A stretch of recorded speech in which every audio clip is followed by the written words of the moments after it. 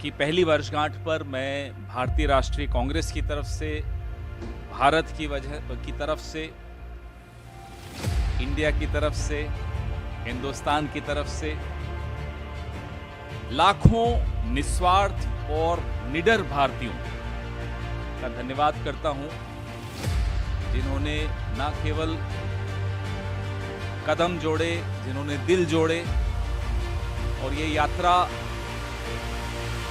145 दिन, 4000 किलोमीटर, ये सब आंकड़े आपके पास हैं।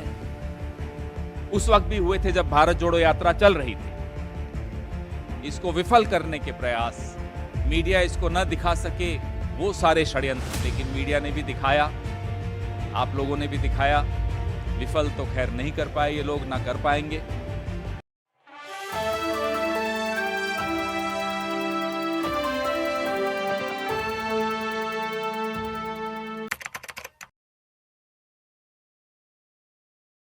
नमस्कार साथियों, आज ऐतिहासिक भारत जोड़ो यात्रा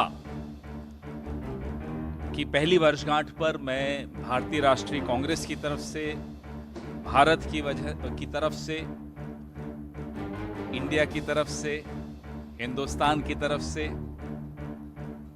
लाखों निस्वार्थ और निडर भारतीयों का धन्यवाद करता हूं, जिन्होंने न केवल कदम जोड़े, जिन्होंने दिल जोड़े और ये यात्रा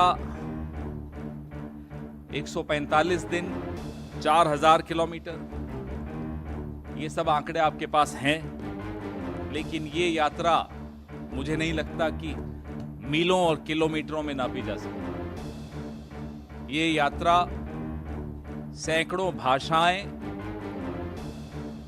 लाखों आहें, करोड़ों उम्मीदें, इन सब के रास्ते से होती हुई भारत के दिल में समा गई।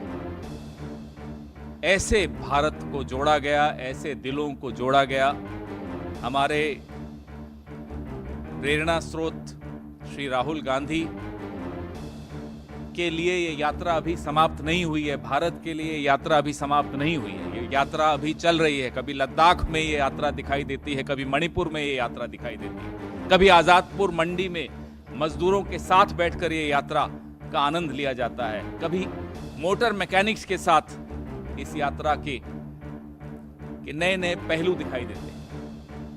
तो ये यात्रा एक अपनी निरंतरता के लिए भी जानी जाएगी। और कुछ दिनों पहले सुनाई दिया कि विदेशों की कुछ यूनिवर्सिटीज में इस पर पीएचडी तक करने की सोचा जा रहा है कि आखिर कैसे ये यात्रा संभव हुई, क्या इसके मायने थे, क्या इसका उद्देश्य था और किस तरह का आत्मविश्वास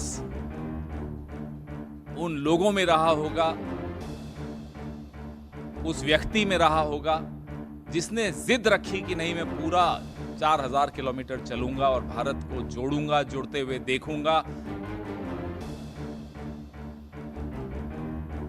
भारत जोड़ो यात्रा का इतिहास स्याही से नहीं लिखा जा सकता, ये पसीने से लिखा गया है।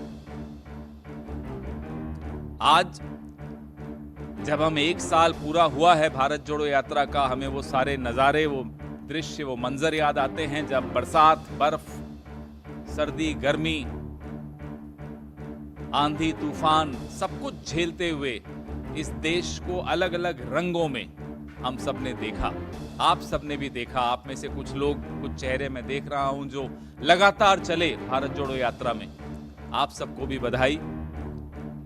और आप अपनी आने वाली पीढ़ियों को बता पाएंगे कि आप इस ऐतिहासिक पल का हिस्सा थे।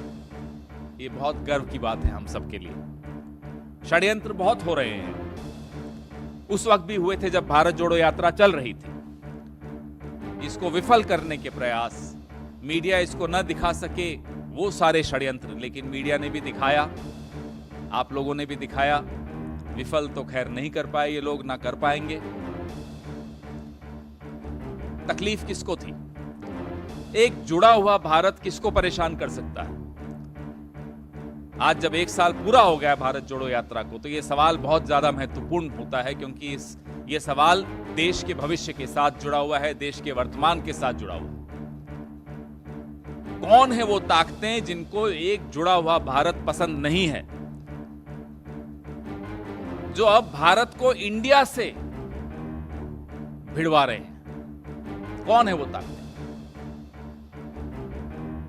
सोना हो या गोल्ड हो, हिंदी में बोलो या अंग्रेजी में, कीमत थोड़े बदल जाएगी।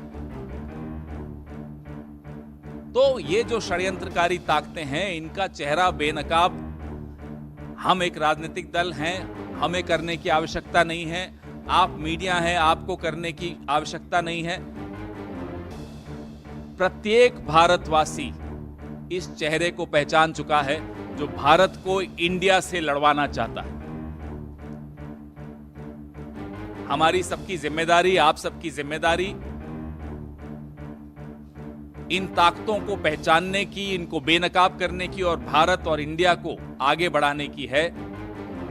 जुड़ेगा भारत, जीतेगा इंडिया, ये एक हम सबके दिलों में बैठ गया है नारा।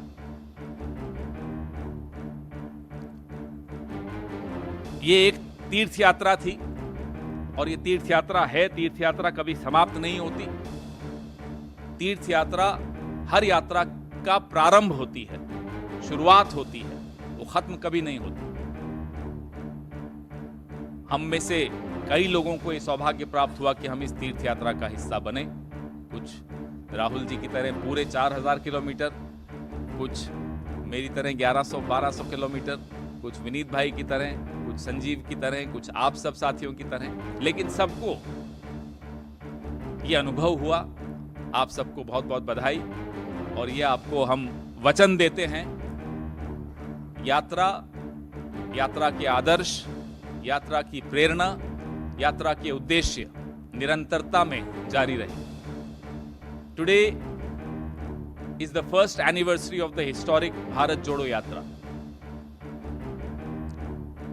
The man, the leader who inspired thousands of people to participate in this historic moment, Mr. Rahul Gandhi, has continued the yatra even after the yatra has physically come to an end after 4,000 kilometers and 145 days. You have all the data, but this is not a journey which can be measured in miles and kilometers. This is a journey which can be measured in the various dreams, aspirations, tears, smiles, hopes of millions of Indians who communicated with our leaders in different languages, through different expressions. That's how hearts came together, that's how feet came together, that's how hopes came together, that's how India came together, that's how Bharat came together.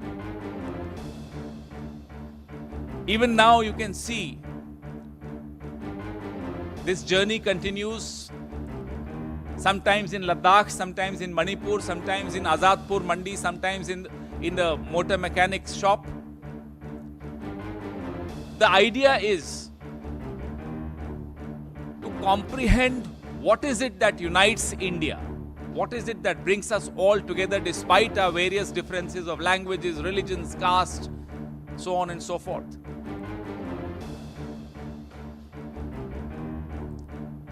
That idea will continue.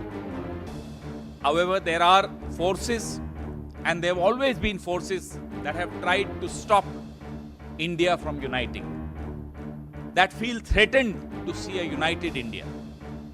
Who are those forces? We don't have to respond to that question. You don't have to find out the answer. Everyone knows the answer. These are the forces that are trying to divide Bharat and India. Can you believe this? Whether you call it gold or sona, the price, the value would not change. Whether you buy petrol from Bharat Petroleum or Indian Oil, per liter the price remains the same. So who are those forces and why are they bent upon dividing India and Bharat? This is a question which every single Indian knows the answer for and will teach these forces a lesson of their lifetime. Every generation has taught these forces a lesson. Whether it was Mahatma Gandhi's generation, whether it was our generation, whether it's this generation, whether it's the next generation. A lot of you journalists participated in this yatra. I can see some of these faces, recognize them who were there all through. We in the Congress Party thank you all and congratulate you for being a part of a very important milestone of history. We are told that certain universities abroad are planning to have PhD on Bharat Jodo Yatra, on what inspired Rahul Gandhi to undertake something as difficult as a 4,000-kilometer yatra. Our task is not easy, your task is not easy. We are fighting against resource-rich forces who are out to destroy this country and divide this country. But our slogan is, Judega Bharat, Jeetega India. This slogan inspires us all.